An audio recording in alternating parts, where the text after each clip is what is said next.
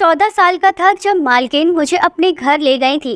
रोज़ मुझे 150 रुपये देती और मुझसे अपनी पीठ की मालिश करवाती। मैं जी मालकिन कहकर 150 रुपये में राज़ी हो जाता था और मैं उनकी कमर की मालिश करता। लेकिन एक रात मालकिन कहने लगी, सुरेश आज कमरे की लाइट बुझा दो।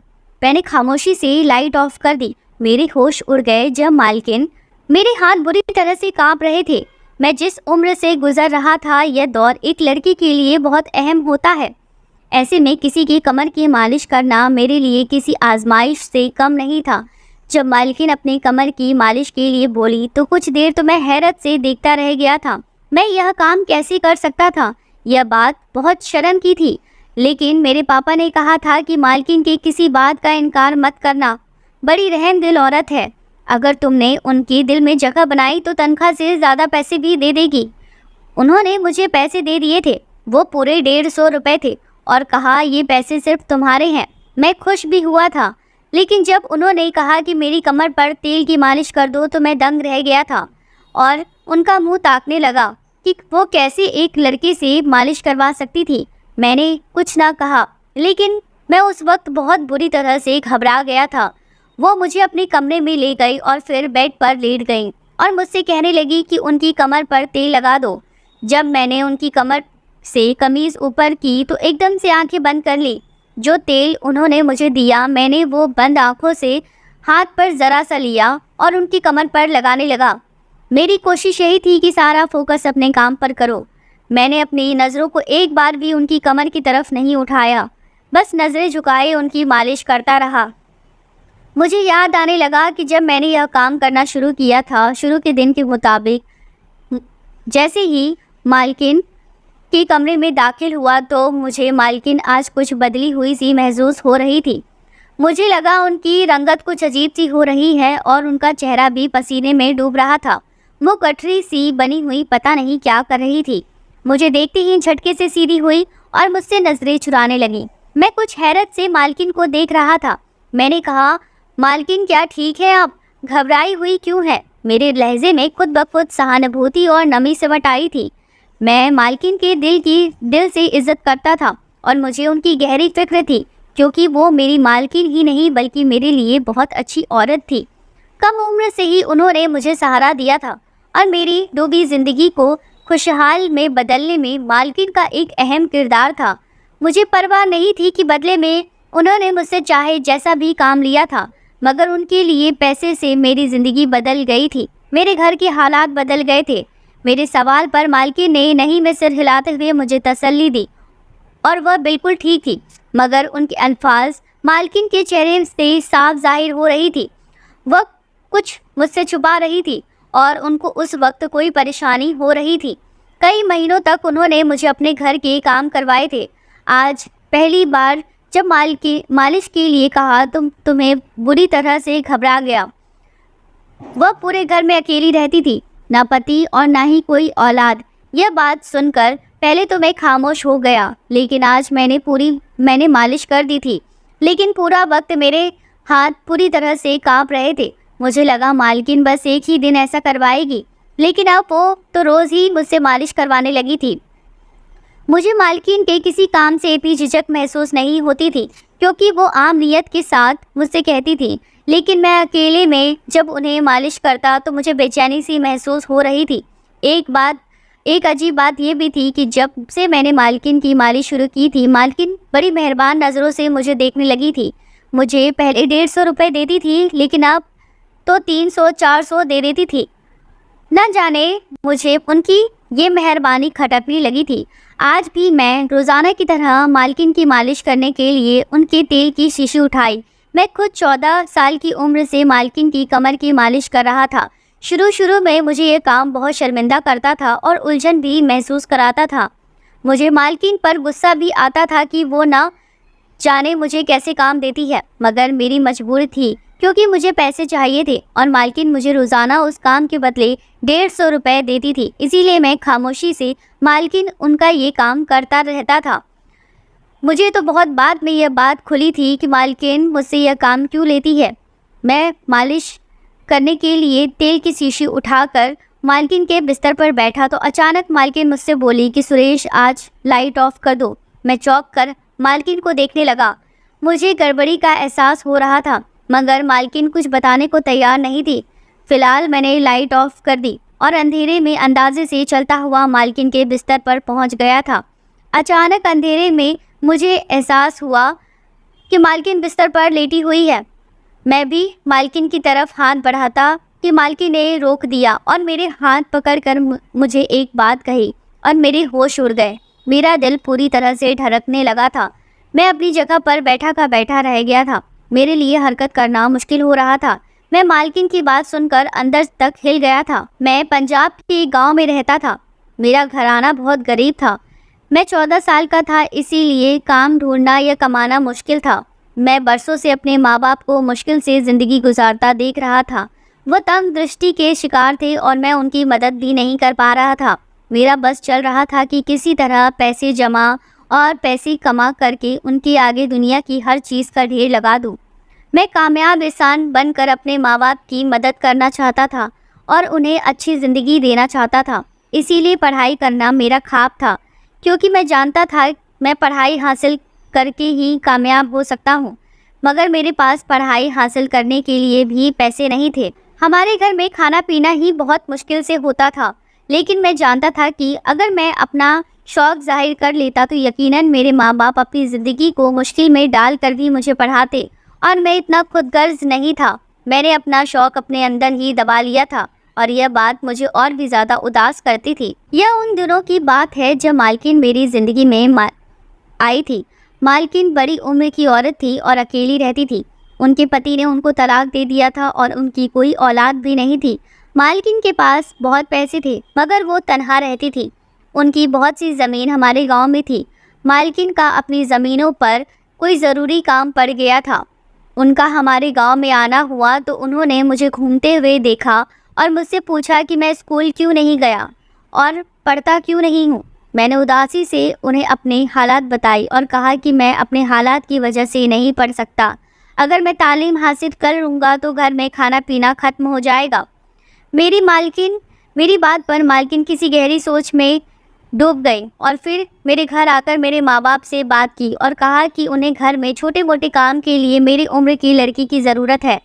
मेरे माँ बाप भी सोच रहे थे कि अपने कम उम्र की बेटी को काम पर कैसे लगा दे, और शायद वो लोग मेरे बारे में भी सोच रहे थे कि कहीं मैं उन्हें गलत ना समझ बैठूं। मगर मैंने आगे बढ़कर उस काम के लिए हामी भर ली और मालकिन से कहा कि मैं उनका हर काम करने के लिए तैयार हूँ। मेरी बात से खुश हो गई थी मालकिन। मुझे तब बिल्कुल अंदाज़ा नहीं था कि मुझे क्या क्या काम करना पड़ेगा। मुझे यही लगा था कि मालकिन अपने कहने के मुताबिक घर के छोटे मोटे काम करवाएंगी और मैं तो हर किस्म का काम करने के लिए तैयार था। मेरी खुशी खुशी राज़ी हो जाने पर मेरे माँ बाप भी खामोश हो गए थे। मालकिन ने मेरे माँ बाप को अच्छी खासी रकम पकड़ा दी थी और यकीन दिलाया था कि हर महीने वक्त पर वो पैसे भेज दिया करेंगी ताकि हमारे घर के हालात भी बेहतर हो जाएं। मैं और मेरे माँ बाप खुश हो गए थे। मेरा ख्वाब पूरा हो रहा था, क्योंकि मैं हमेशा से ही अपने माँ बाप के हालत बदलने का वजह बनना चाहता था। मैंने अपना थोड़ा बहुत सामान बांध लिया और मालकिन मुझे लेकर शहर की तरफ रवाना हो गई। मालकिन का शहर में निहायत ही बड़ा घर था। मैंने अपनी ज़िंदगी में पहली बार ऐसा खूबसूरत घर देखा था। मालकिन ने मुझे एक अलग कमरे में रहने के लिए दिया था। वो कमरा बहुत छोटा था, मगर बहुत अच्छे से सेट किया हुआ था। उस कमरे में महंगा फर्नीचर रखा हुआ था और ऐसा लग रहा था जैसे वो कमरा मेरे हिसाब से ही तैयार किया गया हो। मालकिन मुझे छोटे मोटे काम समझाए, जिसमें उनकी गाड़ी पर रोज़ाना कपड़ा मार देना, रात के वक्त उन्हें दूध के साथ पानी देना और 3 वक्त खाने के बर्तन धोना वगैरह वगैरह। मुझे जैसे हालात के सताए लड़के के लिए यह काम बहुत आसान था। मालकिन के घर खाना बाहर से बना बनाया आता था और मालकिन मुझे अपने साथ ही खाना खिलाती थी और पहले ही दिन मुझे अच्छे अच्छे कपड़े जूते भी खरीद दिए थे। मालकिन की मेहरबानी यही ख़त्म नहीं हुई थी, बल्कि उन्होंने मुझे बताया कि वह जल्दी ही मेरा किसी अच्छे स्कूल में एडमिशन भी कराएंगी ताकि मैं अपनी पढ़ाई शुरू कर सकूं। मैं बहुत खुश हो गया था। मुझे लग रहा था जैसे मैं यहाँ काम करने के लिए नहीं आया, बल्कि मालकिन ने मुझे गोद ले लिया है। मगर जैसे ही रात हुई, मालकिन मुझे अपने कमरे में बुलाया और मुझे खुशबू वाली शीशी पकड़ा कर कहा कि मेरी मालिश कर दो। मैंने सर हिला दिया और जल्दी से तेल की शीशी थामी और मालकिन के पैरों के पास बैठ गया। मुझे लगा कि मुझे मालकिन के पैरों की मालिश करनी होगी और मैं खुशी से करने के लिए तैयार था, मगर मालकिन ने मुझे रोककर कहा कि मुझे अपनी रीढ़ की हड्डी के नीचे के हिस्से की मालिश करने को कहा। मैं बौखला गया था। मुझे ऐसा करते हुए शर्म भी आ रही थी और उलझन भी हो रही थी, मगर जैसे तैसे मैंने मालकिन की मालिश कर दी और फिर उठकर कमरे से बाहर चला गया। मुझे लगा कि वो सफ़र करके आई हैं, इसीलिए थक गई होंगी और मुझसे मालिश करवा ली, मगर ये मेरी गलत फहमी थी। अगली रोज़ मेरा बहुत सुकून से गुजरा था। मैं खेलते खेलते वो सारे काम कर दिए थे जो मालकिन ने मुझे समझाया था। मैं बहुत आक्रोशी लड़का था, इसीलिए अपना हर काम फुर्ती से कर लेता था, मगर जैसी ही रात हुई फिर से इसी तरह मालकिन ने मुझे अपने कमरे में बुलाया और मुझे तेल की शीशी पकड़ा दी। मैं ये सोचकर परेशान हो गया था कि मुझे आज भी मालकिन की मालिश करनी पड़ेगी। मैंने आज भी जैसे तैसे मालकिन की मालिश की और उन्हें देखने लगा कि वो बहुत सुकून से सोई थी। मुझे समझ नहीं आ रहा था कि मालकिन को इससे क्या हासिल होता है। मालकिन की हरकतें मुझे उनसे बेजार कर रही थी। वो 3 दिन गुजरने के बाद मालकिन ने मेरा एक अच्छे स्कूल में एडमिशन भी करवा दिया था। मैं मालकिन का दीवाना हो रहा था, मगर मालकिन की मालिश करना मुझे बिल्कुल बुरा लगता था। मालकिन ने यह सिलसिला बना लिया था। मैं उनके एहसानों तले दबा हुआ था, इसीलिए मना भी नहीं कर पाया था और बिना कुछ कहे मालकिन की मालिश करने लगता था। मालकिन ने शायद महसूस कर लिया था कि मैं उनकी मालिश मुंह बनाकर करता हूँ, तभी उन्होंने मेरी तनख्वाह के अलावा भी रोज़ाना बदले में 150 रुपये देना शुरू कर दिए थे और मैं पैसों की खातिर खुशी खुशी ये काम भी करने लगा था। ऐसे ही मुझे मालकिन के पास काफ़ी वक्त गुजर गया था और अब मैं वहाँ के मामले का आदी हो गया था। मालकिन की ये आदत अच्छी थी कि जैसे ही महीना पूरा होता था वह बिना कहीं ही पैसे घर भिजवा देती, जिससे मेरे माँ बाप की ज़िंदगी सुकून में आ गई थी। मैं पढ़ाई में बहुत मेहनत कर रहा था।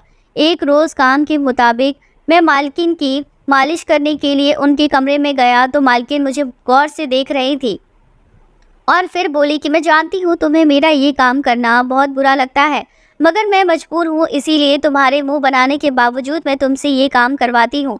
मालकिन का लहजा उदासी में डूबा हुआ था। मैं चौंक कर मालकिन को देखने लगा था।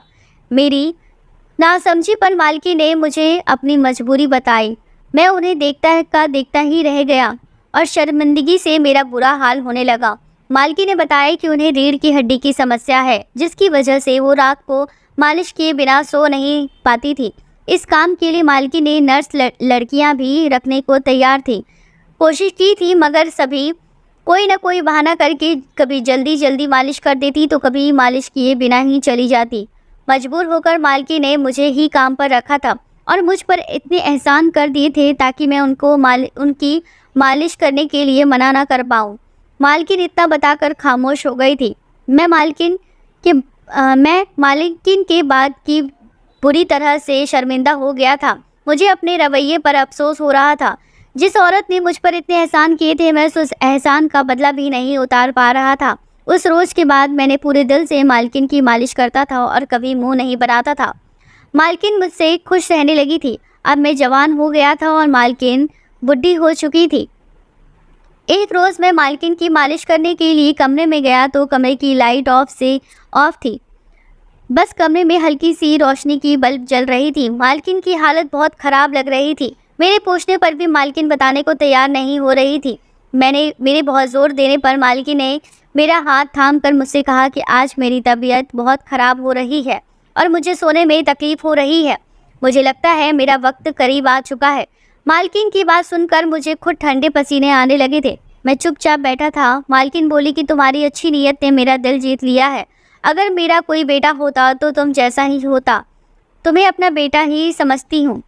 मैंने अपनी जायदाद तुम्हारे नाम कर दी है, अपना ख्याल रखना। मालकिन ने इतना कहा और उनके हाथ नीचे गिर गए। मैंने जल्दी से उठकर लाइट ऑन की, मालकिन को देखा और जल्दी से डॉक्टर को कॉल किया। डॉक्टर ने आकर चेक किया और मालकिन के मर जाने की वजह पूछी। मुझे बहुत बड़ा सदमा पहुंचा था। मैं रो रो कर बिल्कुल पागल होने लगा था। मालकिन मेरी माँ नहीं थी, मगर हमारे दरमियान माँ बेटे जैसा ही ताल्लुक़ रहा था। उनके वकील ने अगले ही दिन उनकी पूरी जायदाद मुझे सौंप दी थी। मैं अपने आप बहुत ही अमीर हो चुका था। और मालकिन के घर में रहता हूँ। मेरे माँ बाप भी मेरे पास रहते हैं। अगर आपकी नीयत अच्छी हो तो उसका फल आपको हमेशा अच्छा ही मिलता है। मेरी ज़िंदगी बहुत ही अच्छी हो गई है। मेरी मालकिन एक बहुत ही अच्छी औरत थी। मैं हर साल मालकिन के नाम पर गरीब बच्चों को दान देता हूँ और मालकिन की आत्मा की शांति के लिए भगवान से प्रार्थना भी करता हूँ। दोस्तों, ये वीडियो आपको कैसी लगी है कमेंट करके अवश्य बताएं और ऐसी ही कहानी के लिए चैनल को सब्सक्राइब करना ना भूलें। मिलते हैं आगे ऐसी ही किसी नई कहानी के साथ। धन्यवाद।